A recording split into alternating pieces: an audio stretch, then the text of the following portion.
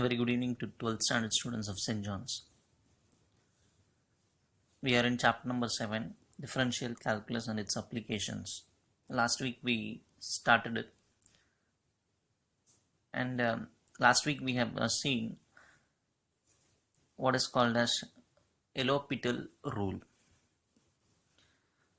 And before seeing that rule, we discussed about what is indeterminate form. Any format that is infinity power infinity or infinity minus infinity, 0 by 0, infinity power 0. So these kind of awkward forms are called as indeterminate forms, for which we don't know the exact value. And those kind of indeterminate forms can be solved using this L'Hopital rule while finding out the limits. So when we find limit of certain functions which gives us the answer in indeterminate form can be solved using L'Hopital rule. What is L'Hopital rule? We can differentiate the numerator separately and the denominator separately, then apply the same limit. This is called a L'Hopital rule. That is what we have seen in the last class. And since we are going to continue with those problems, just I am giving I am giving the things that we have started in the previous class. So we should know what is meant by L'Hopital rule, and we have solved more problems using L'Hopital rule. We are continuing with it. So just for your remembrance, L'Hopital rule means it can be applied for functions which gives indeterminate forms as the answers. What is L'Hopital rule? If the function when applying the limit gives indeterminate form as the answer, then we can use L'Hopital rule and differentiate numerator and denominator separately and then apply the same limit so that we can get proper value for the same function. Problem number 36. Evaluate limit x goes to infinity e to the power of minus x into root x. So this is what we need to find out. We need to find the limit of this function when x goes to infinity. So what we do, we will take the question limit x goes to infinity. In this, what I am doing is root x is kept in numerator, e power minus x is written in denominator, so that it becomes e power x. So after writing like this, just applying the limit and saying x goes to infinity. So root of infinity is infinity, e power infinity is also infinity. See the rough column, e power infinity, the value is infinity. So when we apply the limit for this function, we are getting indeterminate form as the answer. So in this case, in this type of situations, we can go for L'Hopital rule. So applying L'Hopital rule, what does this rule says? Differentiate numerator separately. So root x, if we differentiate, the answer is 1 by 2 root x. Denominator is e power x. So when we differentiate e power x, same e power x will come. So what we have done from here to here, differentiating the numerator separately, differentiating the denominator separately, and applying the same limit. I think you know this. Just by bringing this down, we can write this like this, right? 2 root x into e power x. So what we have done here, we have differentiated numerator, differentiated denominator and written, and simplifying, you will get this. Now apply the limit, x goes to infinity.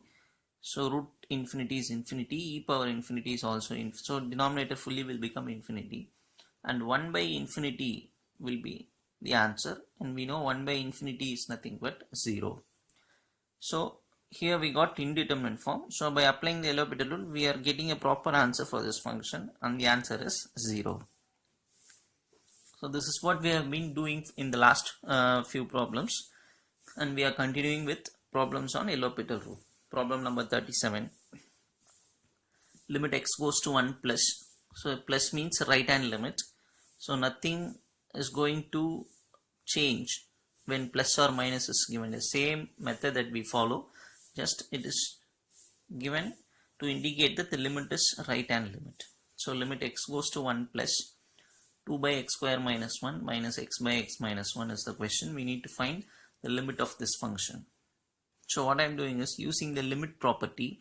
Since minus sign is present, I can bring this limit inside and write that as two terms.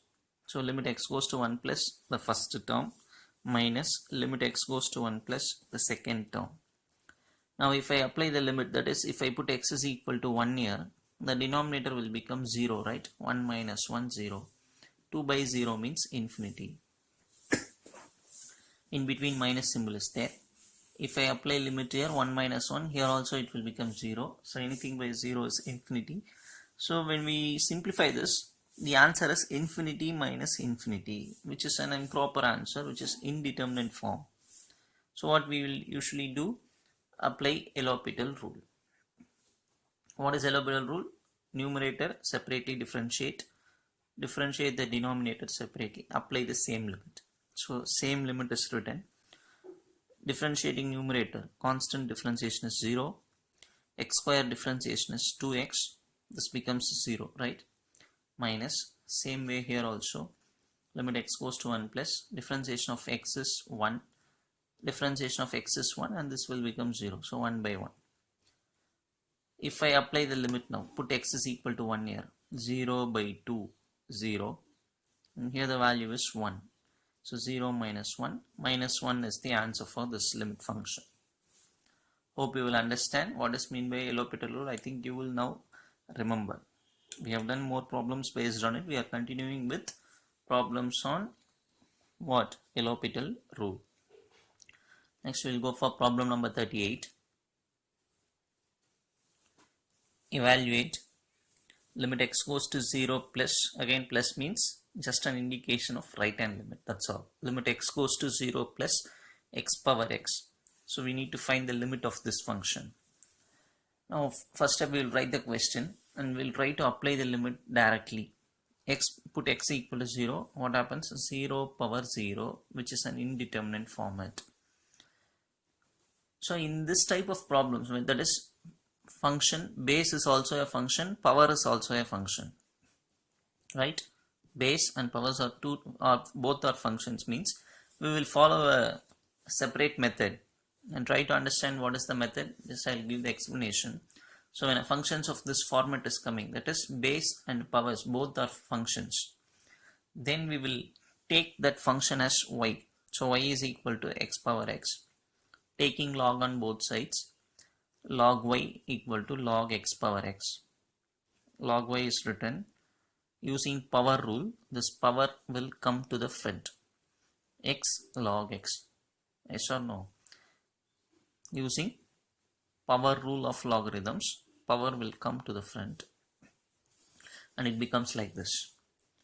So what is the first step? Taking this function as y and then taking log on both sides, we are getting this.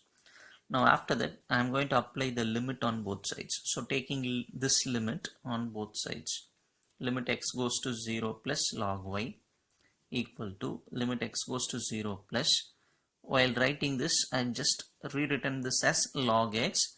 Instead of writing x in the numerator, I am writing it in the denominator as 1 by x. So when it goes to numerator, it becomes x log x. Keep in your mind, from this to this, what we are doing, we are just taking limit x goes to 0 plus on both sides, that's all. But while doing so, how to write this? Log x is kept in the numerator, x is taken to denominator and written as 1 by x. Why I am doing like this means just I want to apply the L'Hopital rule. So for applying L'Hopital rule, I want numerator as well as denominator. So keeping this as numerator and just take this to denominator, so that numerator and denominator comes now. Now I'll try to apply the limit directly. Putting x equal to 0, log 0, in see the rough column, refer the value, log 0 means the value is infinity, and if I put 0 here, 1 by 0 is also infinity. So this comes in indeterminate form, in infinity by infinity format. So immediately we will apply L'Hopital rule.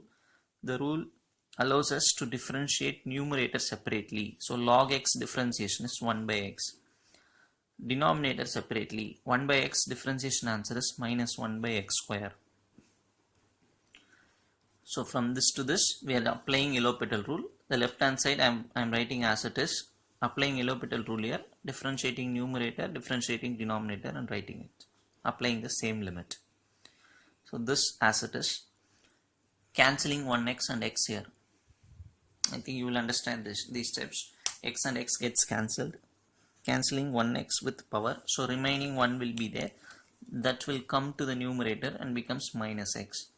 When I apply the limit now, that is putting x equal to 0, the answer will be 0. Yes or no? So which answer is 0? Limit x goes to 0 plus log y is there, no? See the first step. We have taken y, x power x as y. So I am going to reverse it once again. We started by taking x power x as y, right? At last, in place of y, we are again writing x power x. Try to understand. Y means x power x and the value is 0. So using composite function theorem, what does the theorem means? We have studied in last class. Composite function theorem allows us to interchange log and limit. So log is taken outside, limit is coming inside, and then x power x. So interchanging these two by composite function theorem, log comes outside, limit goes inside, equal to 0. So actually this is the question that we wanted to find the answer, because what is the question? See, limit x goes to 0 plus x power x. This is what I want. So take logarithm to other side, it becomes exponential. When log goes to other side, it becomes e. The right hand side will come to the power. So e power 0. Anything power 0, answer is 1. So e power 0 means 1. 1 is the answer for this function, limit function. Again I repeat, first, since base and powers are both are functions, we are using this method, taking this as y, taking log on both sides, applying the limit, writing numerator as well as denominator. Indeterminate form comes, apply L'Hopital rule, find out the answer. Answer is 0. Replace y by x power x. Interchange these two using composite function theorem. This is the question that we need to answer. So log goes other side, becomes e power 0 and the answer is 1. Hope you will understand. These are all important problems. You should write and practice these sums. Problem number 39. Limit x goes to pi by 2 sin x power tan x. This is the function that we need to find the limit. Limit x goes to pi by 2 sin x power tan x. Evaluate this. So what we will do, we will take the question first. We will write the question and apply the limit directly. Pi by 2 sin 90 1 power tan 90 infinity. So 1 power infinity, which is an indeterminate form. But when base and power are both are functions, how we will do? We will take that as y. So here also we are doing the same thing, taking y is equal to sin x power tan x and taking log on both sides. This becomes log y. If I apply log here, power will come to the front. So tan x log sin x. Just refer the last sum, same method. Now taking this limit on both sides, limit x goes to pi by 2 log y. Right hand side also, limit x goes to pi by 2. While writing this, log sin x is kept in the numerator. Tan x is taken to denominator and written as cot x. You will agree, I think. Tan x goes to denominator. It becomes what? Cot x, because reciprocal of tan x is cot x. Apply the limit now. Sin 90 1 log 1 0. Could you able to understand? Pi by 2 if I put here, sin pi by 2 is 1, log 1 is 0. Similarly, cot 90 answer is 0. We are getting an indeterminate form, 0 by 0 format. So applying L'Hopital rule, writing this as it is, limit as it is, differentiate the numerator separately. We know differentiation of log x. I'll write in the rough column. Differentiation of log x, the answer is 1 by x, right? Again I repeat, differentiation of log x is 1 by x. So log, in place of x we are having sin x. So applying the same formula and writing the answer as 1 by x place we are having sin x. So 1 by sin x. When we have some other function in x place, what we should do? Differentiate that function once again. So differentiate sin x once again. Differentiation of sin x is cos x. So when we differentiate log x, answer is 1 by x.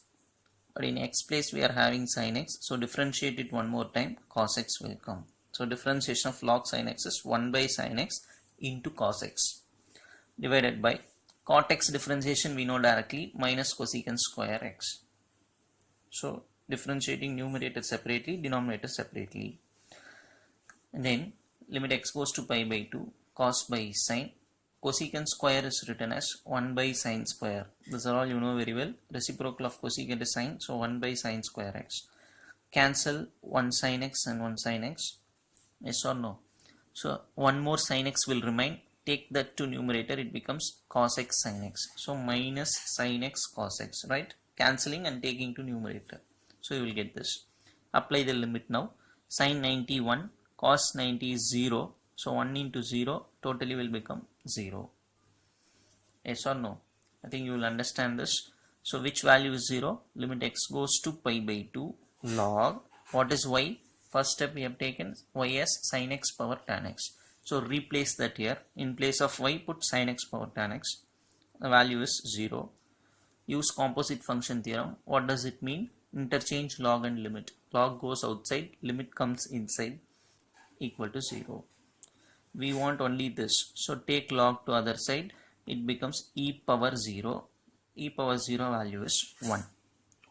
Almost it is the same type as we saw in problem number 38. Same method.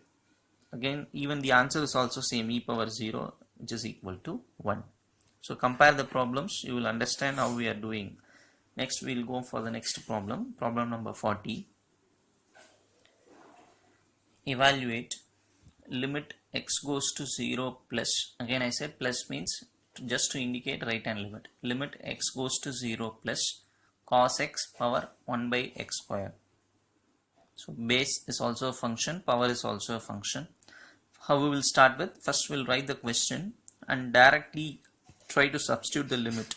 If you put 0 here, cos 0 is 1. If you put 0, 1 by 0 becomes infinity. So 1 power infinity, which is an indeterminate form. So how we will do? Take this function as y, take log on both sides, log y. If you take log here, power will come to the front, so it will come like this. Right or not? Then applying the limit. What limit is given in the question? Same limit will apply here. Limit x goes to 0 plus log y. Limit x goes to 0 plus log cos x. Denominator is x square. Apply the limit directly. Cos 0 1, log 1 0. If you put 0, 0 square is 0. So 0 by 0, which is an indeterminate form. Applying the rule, L'Hopital rule. Left hand side, this will be as it is. When we apply the rule here, differentiate numerator separately. Even in the previous problem I said differentiation of log x is 1 by x. So 1 by cos x. But in place of x you are having cos x. So differentiate it one more time. Differentiation of cos x is minus sin x. Yes or no? Log x differentiation is 1 by x. In place of x, cos x we are having. So differentiate it and get the answer as minus sin x. Differentiate denominator separately. X square differentiation is 2x. So the left hand side. While coming to the right hand side, minus sin x. I can take this and join with this numerator, right? 2x cos x. Now I am applying the limit once again and seeing the value. Sin 0 0. If I put 0 in place of x, everything will become 0. So one more time I am getting the same format, 0 by 0 form. Already I got this form, so only I have applied L'Hopital rule, but still I am getting the same format. But what I am doing here is, before applying the rule again, I am going to change this as, this is written as it is, this is limit is written as it is, minus is written as it is, but sin x by cos x can be written as tan x, right? Sin by cos can be written as tan x, and 2x is present in the denominator. Now also if you apply the limit, then same 0 by 0 only will come, because tan 0 is 0, 2 into 0 is also 0. So just taking this, and sin x by cos x is written as tan x. Now we are applying the L'Hopital rule. First time we already applied, now also we are getting the indeterminate form, so again we are applying the rule. What is the rule? Differentiate numerator separately. So limit will remain as it is, minus will remain as it is. Differentiation of tan x is secant square x. Differentiation of 2x is 2. Now apply the limit. Secant 0, answer is 1. Secant 0, answer is 1. So 1 square, secant square 0 is also equal to 1. Minus 1 by 2 is the answer. So now I'll write limit x goes to 0 plus log. What is y? Y is nothing but cos x power 1 by x square equal to minus 1 by 2. So what actually we will do now? Using composite function theorem, interchange these two. So log will go outside, limit comes inside, equal to minus 1 by 2 using composite function theorem. This is the answer that we want. So take log to other side. It becomes limit x goes to 0 plus cos x power 1 by x square is equal to, log goes other side, becomes e power minus 1 by 2, or I can write this as 1 by e to the power of 1 by 2. Yes or no? 1 by, this comes to denominator, power will become positive. So 1 by e power 1 by 2 means root e. So 1 by root e is the final answer. Try to understand. Log goes other side, becomes e power. When this written in denominator, power changes sign. E power half means root e. So 1 by root e is the final answer. We'll go for the next topic. Here we will see two more theorems. Already we have seen a few theorems in this chapter called mean value theorems, under which we have studied two things, not two, actually three. One is intermediate value theorem, other one is Rolle's theorem, then is Lagrange theorem. All comes under mean value theorem. Now we will see two more theorems which may be asked in 2 marks or 3 marks even. Extreme value theorem. Just you have to memorize the statement. If f of x is continuous on a closed interval a comma b, if f of x is continuous on a closed interval a comma b, you know what is meant by continuous. If we draw the graph will not break at any point within this interval. That is called continuous. If f of x is continuous on a closed interval a comma b, then this function f has both absolute maximum and absolute minimum on the same closed interval a comma b. This is called extreme value theorem. Now we will see what is meant by absolute maximum and what is meant by absolute minimum while doing the problems. You just memorize the statement. We will study the meaning while doing the problems. If f of x is continuous on a closed interval a comma b, then the function f of x will have absolute maximum and also absolute minimum on the same closed interval a comma b. This is called extreme value theorem. Then we will see Fermat theorem. If f of x has a relative extrema at x is equal to c, extrema, relative extrema means local, this is absolute maximum, absolute minimum. That is called extrema. Relative extrema means we can even say local maximum and local minimum. Again, those things we will see the meaning while doing the problems. Just we will see the statement now. If f of x has a relative extrema, extrema means maximum or minimum, at x equal to c at some point, then this c is a critical number. If f of x has a relative extrema at x equal to c, then c is called critical number. Invariably, there will be critical numbers of the function obtained as solutions of the equation f dash of x equal to 0. What they are telling us, f of x is a function. If we differentiate, we will get f dash of x. If we equate f dash of x equal to 0, we will get some answer, some numbers. That is also called critical numbers. That is what Fermat theorem says. F of x equal to f dash of x equal to 0 or as values of x at which the function does not exist. So Fermat theorem tells what is mean by critical number. What does it say? If suppose function is having the relative extrema at a point, relative extrema means local maximum or minimum. If f of x has a relative maximum or minimum at this point, then this point can be called as a critical number. Also it says the number which makes first derivative 0.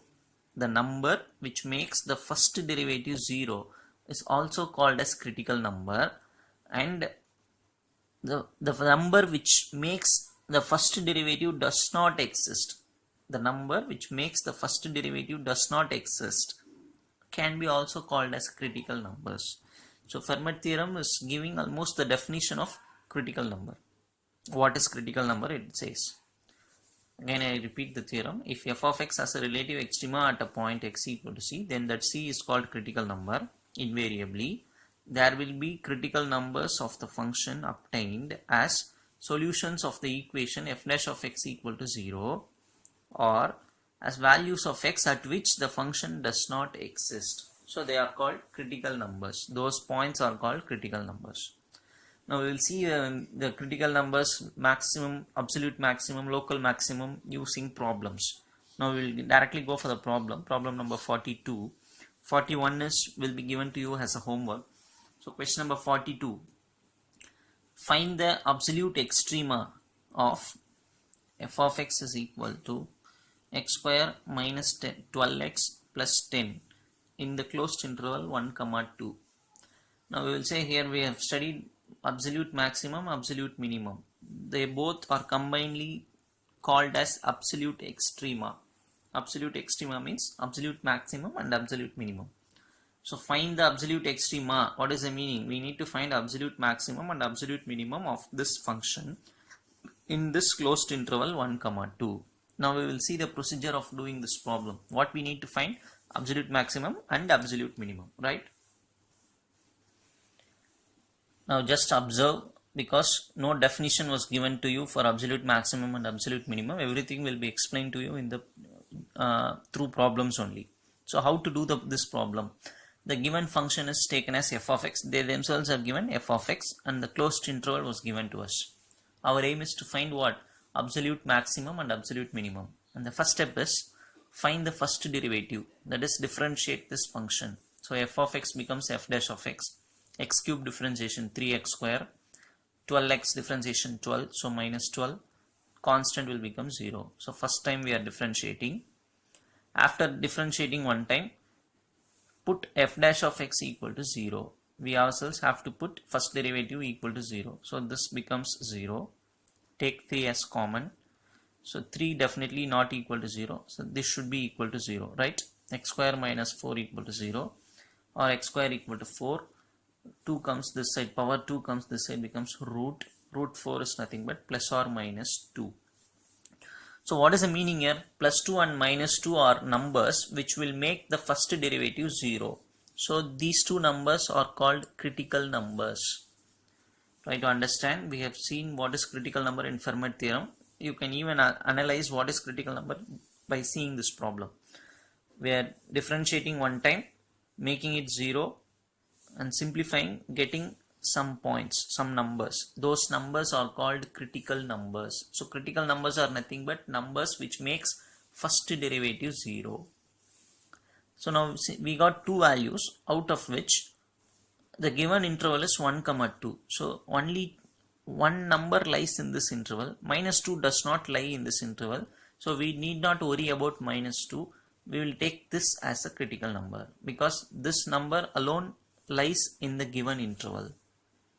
So after finding the critical number, what I have to do is substitute this critical number in the function. So find f of 2. Try to understand.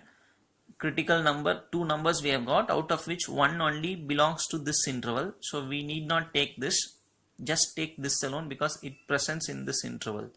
And take that number and substitute in the function f of 2.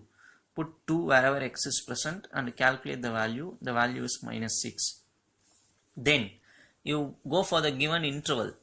and two endpoints are there, no? You just take that number, this endpoint, and substitute in the function f of 1. Calculate the value -1.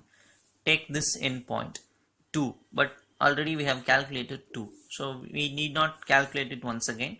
So just that's all. So in these two value, which is bigger? -1 is bigger. That is called absolute maximum. Out of this value, which is smaller, that is called absolute minimum. So absolute minimum is -6. I hope you will understand what is meant by absolute maximum and absolute minimum and how to calculate that. Suppose if I am having in critical number place, in place of 2, apart from 2, suppose if I am having one more number 0, then I have to find f of 0 also. Out of those three values, which is bigger is called absolute maximum, smaller number is called absolute minimum. I'll repeat once again. First derivative, make it 0, find out the numbers. Two numbers we got, but only one lies in this interval. Substitute that number in the function, find the value. Apply the endpoints in the function and find out the value. But unfortunately 2 we have already substituted. So only two values we got, out of which the bigger number is called absolute maximum, smaller number is called absolute minimum. Now we will see the question number 43 in the next video. Just a continuation video we will see.